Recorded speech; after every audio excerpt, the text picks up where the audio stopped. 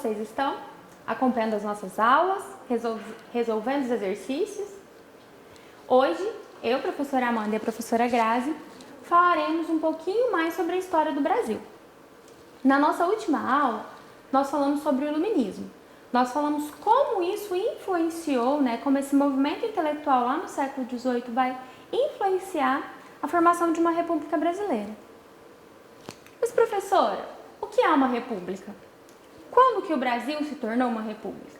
Todos esses questionamentos nós vamos tentar elucidar hoje. Então, a proposta da nossa aula de hoje é tentar entender aí o processo de proclamação da república, em 1889, entender o que é uma república, o que vai mudar aí como forma de governo, as repúblicas que constituíram a nossa primeira fase republicana, República da Espada e República Oligárquica, e como se organizava a política e a sociedade nesse período republicano brasileiro. É importante a gente entender que república é uma forma de governo. Se vocês observarem o desenho, nós temos aqui república versus monarquia. A gente já identifica que essa faixa quer dizer que existe um presidente. E esse vai ser aí o maior marco da ideia de uma república. República vem do latim res publica, é coisa pública, é algo público. Ou seja, a gente vai ter um representante que vai representar, administrar e governar o público, todos nós. E essa figura é o presidente. Só que ele tem um prazo para ficar lá, ele tem uma forma para ser escolhida, ele não é passado de forma hereditária como era lá nas monarquias, onde o filho assumia e continuava por tempo indeterminado. Eu vou ter então um chefe de Estado que vai responder por esse grupo de cidadãos, certo? E ele tem que se subordinar, ou seja, ele não pode mandar daquela forma absolutista. Ele tem que governar e administrar a partir do uso das leis, que está aí em prol dos cidadãos, certo? Mas vamos pensar o que contribuiu para a proclamação da República? Na aula anterior nós já falamos um pouquinho sobre esse assunto. Nós vimos que com a abolição da escravidão, um grupo que nós temos aqui representado pelos fazendeiros, eles vão ficar muito revoltados. Ou seja, até o momento eles tinham uma mão de obra ali que era barata e lucrativa ao mesmo tempo, tá? Ou seja, acabou a escravidão, como que eles iam fazer para ter mão de obra, Então isso vai deixar os fazendeiros revoltados. O rei, logicamente representado ali pela princesa Isabel, assina uma carta, que é a Lei Áurea, e ela vai abolir drasticamente do país a escravidão. Então, uma das causas de revolta dos fazendeiros era justamente essa, E a mão de obra agora? E lembrando ainda, que com o fim da escravidão, os fazendeiros saíram no prejuízo, por conta da quantidade de escravos que eles tinham e por conta dos gastos também que eles tinham com esses escravos, principalmente na questão da compra dos mesmos. Depois nós temos outro grupo que vai contribuir para a proclamação da República, que é o Exército. Imagine vocês naquela época. Às vezes tem pessoas que falam assim, nossa, eu vou fazer um teste lá para a polícia, eu quero seguir essa carreira, porque é bom trabalhar, as condições financeiras, de certa forma, quando você vai subindo de nível, são favoráveis. Muitas pessoas pensam assim. Mas vamos imaginar naquela época em que aqueles que estavam dentro do exército, eles recebiam um soldo. O que era o soldo? Era uma quantia muito pequena, muito irrisória, de dinheiro que eles recebiam para poder fazer os serviços ali junto ao país. Outra coisa, não havia possibilidade de mudança. Se eu sou, por exemplo, um cabo, eu não poderia mudar para outra patente, Então isso dificultava. Então isso gerou muita insatisfação e com a Guerra do Paraguai, que esses militares vão participar, eles vão entrar em contato com uma nova forma de governo, que é a república. Uma república baseada nos moldes positivistas que pregavam o quê? Ordem e progresso. E para que houvesse esse progresso, eles precisariam o quê? Mudar o foco. Porque basicamente o Brasil era agrário, dependia da agricultura. Era necessário desenvolver mais a indústria, mais o comércio e, consequentemente, fazer o país progredir. Então, todo esse contexto vai fazer também esse grupo agir contra a monarquia, toda essa insatisfação. E nós temos o terceiro grupo, que é a Igreja Católica, devido Dom Pedro II estar bem próximo da maçonaria. As suas ações estavam implicando numa certa resistência por parte da Igreja Católica. Juntando-se então a esses dois grupos, nós vamos ter aqueles que vão agir contra a monarquia e, consequentemente, vão derrubá-la, instaurando então a república no país. Igual a professora Amanda falou, né? República vem de coisa pública, nós vamos escolher alguns representantes para estar administrando. Mas eu faço uma pergunta para vocês. Será mesmo que com essa mudança de governo vai trazer transformações significativas na questão política, na questão social do país e econômica? Vamos pensando aí. Quem vai ser essa pessoa que vai proclamar a república? Como a professora Grazi comentou com vocês, o segundo reinado, o Brasil Imperial, tinha como tripé fazendeiros, exército e igreja. Ao abalar essas três bases, o império cai e proclamamos a república. A república foi proclamada pelo exército, pelos militares, chefiadas aí por Deodoro da Fonseca, o Marechal Deodoro da Fonseca. Ao proclamar a república, ao retirar o governo imperial e instaurar uma república, ele assume como governo provisório, como governante provisório. E isso acontece em 15 de novembro de 1889, por isso que nós temos aquele feriado em novembro. Mas como a professora Grazi comentou, o que será que vai mudar com essa nomenclatura que mudou? Não somos mais império e agora somos república. De 1889 até 1991, Marechal Deodoro da Fonseca fica como governante provisório, até que de fato acontece o primeiro marco aí de mudanças dessa república, que vai ser a Constituição, a segunda Constituição brasileira e a primeira Constituição republicana, que é a Constituição de 1891. Essa Constituição provoca algumas mudanças, mesmo que ainda traga aí os vestígios do governo monárquico, mas ela vai, primeiramente, instaurar aqueles três poderes que a gente aprendeu lá com Montesquieu, o legislativo, o executivo e o judiciário, retirando o poder moderador, que era o poder que o imperador exercia, e ela vai trazer o direito ao voto. Mas será que todos votavam? Agora nós teremos um sistema eleitoral, mas quem vai votar?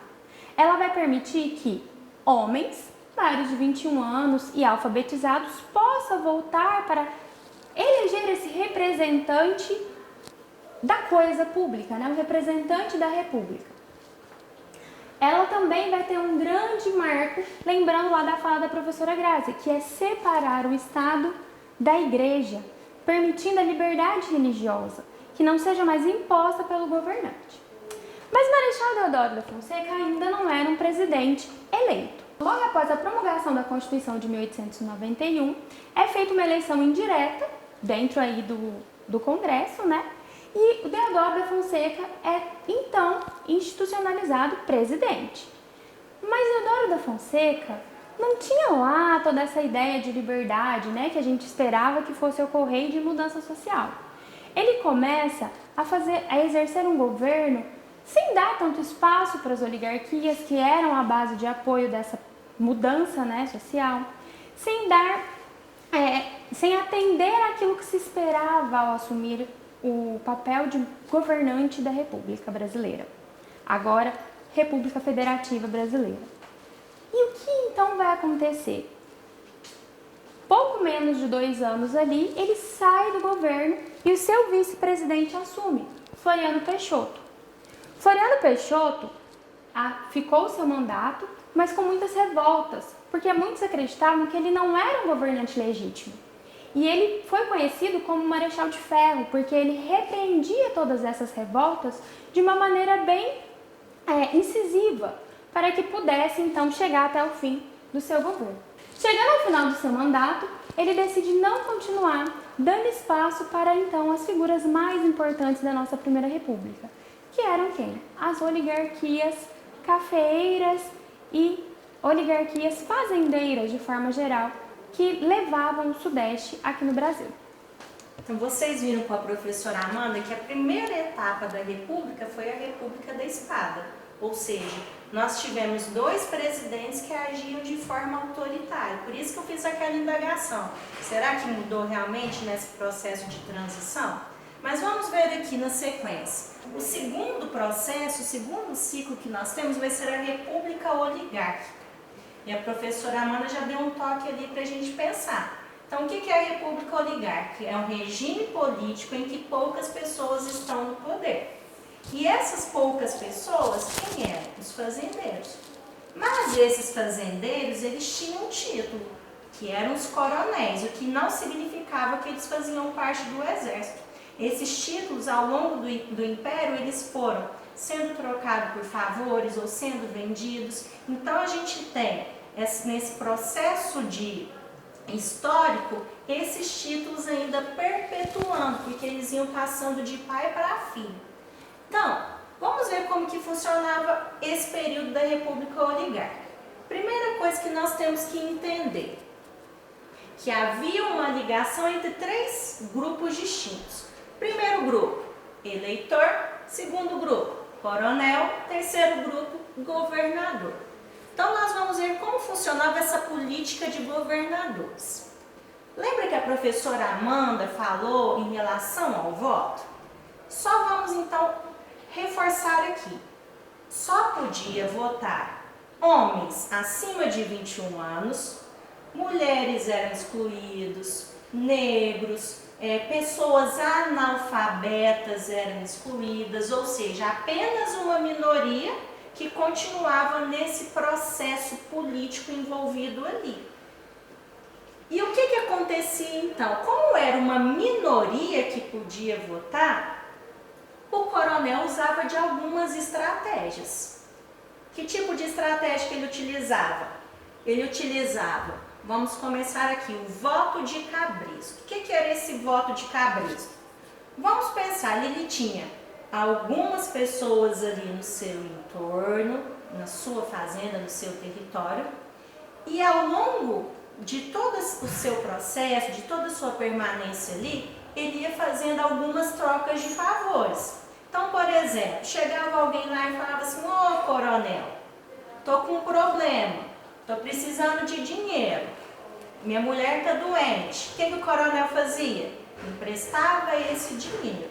Aqui eu estou dando apenas um exemplo para a gente entender o quê? Que quando chegava as eleições, o coronel ele fazia o quê? Lembrava. Meu filho, você lembra lá que eu te emprestei dinheiro? Agora eu quero que você me retribui o favor que eu te dei. Vote no meu candidato. Quando nós falamos em república oligárquica, não significa que o coronel sempre vai estar no cargo político. Ele poderia colocar alguém de sua influência lá dentro e por trás ele ficava de certa forma comandando e manipulando aquele candidato ali que acabava de ser eleito. Então vamos lá para ver como funcionava. O eleitor, por meio dessa troca de favores, ele elegia o candidato que o coronel indicava, consequentemente, esse candidato assumia um cargo, aqui nós temos o exemplo do governador. Consequentemente, algum tempo depois, o coronel ele cobrava esse favor também ao governador. Então, por exemplo, ele precisava de colocar lá uma ponte nas suas terras, criar uma escola, mudar um delegado lá daquela localidade por outro. Então, essas trocas de favores iam acontecendo não só no período eleitoral, mas no antes e também no depois. Lembra que eu falei que nem todo mundo podia votar? O que o coronel fazia então para conseguir mais votos? Usava, por exemplo, tipo de eleitores falsos, de pessoas às vezes que já tinham morrido, né? Subornava o cara que ficava na mesa eleitoral para trocar os votos. Então ele tinha várias estratégias para quê? Para conseguir um grande número de votos e, consequentemente, colocar aquele governador no poder. Como a professora Grazi comentou com vocês, o que apoiava essa política dos governadores é o que depois nós ficamos conhecendo como a política do café com leite. Por que a política do café com leite? Nós tínhamos Minas Gerais, uma grande produtora de vaca leiteira, né, uma grande produtora de leite, e tínhamos São Paulo, grandes plantadores de café. Nesse momento, esses dois estados eram os que tinham a maior porcentagem da população e da economia do Brasil. E como funcionava a política dos governadores? Se nem todo mundo podia votar, quem podia se candidatar, como era? Cada estado ele era representado a partir da quantidade de habitantes que ele tinha. E se São Paulo e Minas eram aí o carro-chefe de produção econômica, de mão de obra, obviamente, vai ser também os líderes na quantidade de habitantes. Por isso, durante muitos anos, até a década de 1930, nós vamos ter um revezamento no poder político, né, como chefe de estado, entre São Paulo e Minas Gerais, deixando de fora os outros estados com a possibilidade de representarem o estado brasileiro. Isso trará como consequência algumas revoltas, alguns questionamentos que nós veremos em outras aulas. Quando nós falamos de coronelismo, república oligárquica, nós vemos o quê? Como se Uberaba estivesse distante. Engano. Igual a professora Amanda falou, nós tínhamos esse revezamento entre São Paulo e Minas Gerais, mas também essas influências todas, essa troca de favores, né? Essa minoria tentando controlar o poder, também vai acontecer na nossa região de Uberaba. Professora, mas como assim? É muito fácil. Para quem anda por aí pela cidade e vê nomes de ruas, nós vamos ver por vários lugares aí vários nomes de coronéis. E muitos desses coronéis estiveram presentes na vida política de Uberaba. Inclusive tem alguns historiadores que falam, alguns estudiosos que contam um pouquinho dessa trajetória aqui, não só em Minas Gerais, mas também em Uberaba, principalmente na época das eleições, né? Como que esses coronéis tentavam, de certa forma, persuadir as pessoas para votarem no seu candidato. E se vocês observarem essa frase aqui, era muito emblemática na época. Bença, padrinho. Ou seja, se você visse um coronel pela frente, as pessoas tratavam ele de certa forma, com esse respeito, né? Bença, padrinho. Por quê? Porque o coronel, de certa forma, ele dava, apesar dessa troca de favores, ele dava alguns benefícios para essas pessoas que procuravam eles. Aí eu faço uma pergunta para vocês. Será que muita coisa mudou? Se nós formos pensar na questão eleitoral, na forma como que as pessoas são eleitas hoje em dia, uma das coisas que eu esqueci de falar, nessa época o voto era aberto, ou seja, os jagunços do coronel, que eram aqueles encarregados de vigiar as pessoas, de fazer as suas ações, eles ficavam vigiando. Então, se a pessoa fosse lá votar, como o voto era aberto, eles tinham a possibilidade de ver em qual candidato eles estavam votando. Então, essas estratégias aqui, igual a professora Amanda falou, vai permear e perpetuar por um bom tempo no Brasil República. Nem só de troca de governantes e estilos de governo, foi feita a Primeira República. Um grande marco aí desses primeiros anos do Brasil republicano vão ser as transformações que eles vão tentar fazer na capital, no Rio de Janeiro. O Rio de Janeiro, antes da proclamação da República, apesar de muito belo, ele tinha características muito específicas, ruas estreitas, não tão iluminadas, condições insalubres.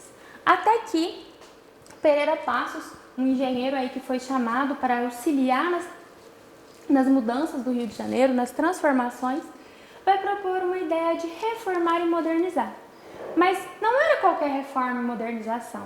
A ideia era se inspirar em Paris. Então vai ocorrer o alargamento das calçadas, das ruas, a iluminação pública, a construção de praças. Só que isso tudo desconsiderando quem vivia nesse lugar antes.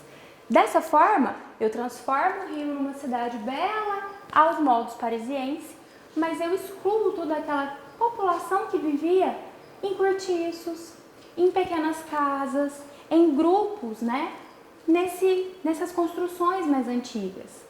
Isso vai ser conhecido popularmente como o bota abaixo. Por quê? Porque bota-se abaixo várias moradias, desconsiderando para onde vão essas pessoas, como elas vão viver, deixando elas à mercê aí da sociedade e à margem dessas modernizações. Por isso, no nosso próximo encontro, a gente vai ver, dentro dessa ideia de Brasil republicano, como que a cultura e o cotidiano foi sendo construída e como isso vai acarretar nas mãos de obras que vão ser exercidas, nas relações de trabalho, levando a gente a revoltas e a resistências que caracterizam aí essa primeira parte da República Brasileira.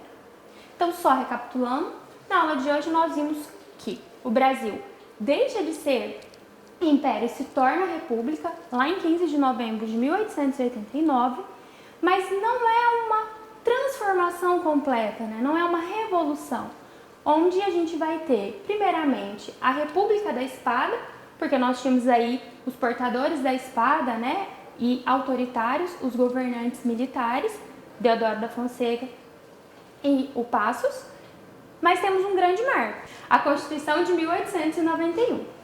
Outro ponto importante foi a segunda fase dessa primeira república, ou República Velha, que é o peso e a importância das oligarquias, que vai constituir muito do cenário brasileiro que nós vivemos, onde uma grande elite estava ali no poder, tomando as decisões e levando à frente aquilo que deveria ser res público, o interesse público e a coisa pública. Pessoal, então esperamos vocês no próximo encontro e fica a dica, Não deixe de fazer os exercícios, que depois em conjunto nós vamos corrigir. Até a próxima!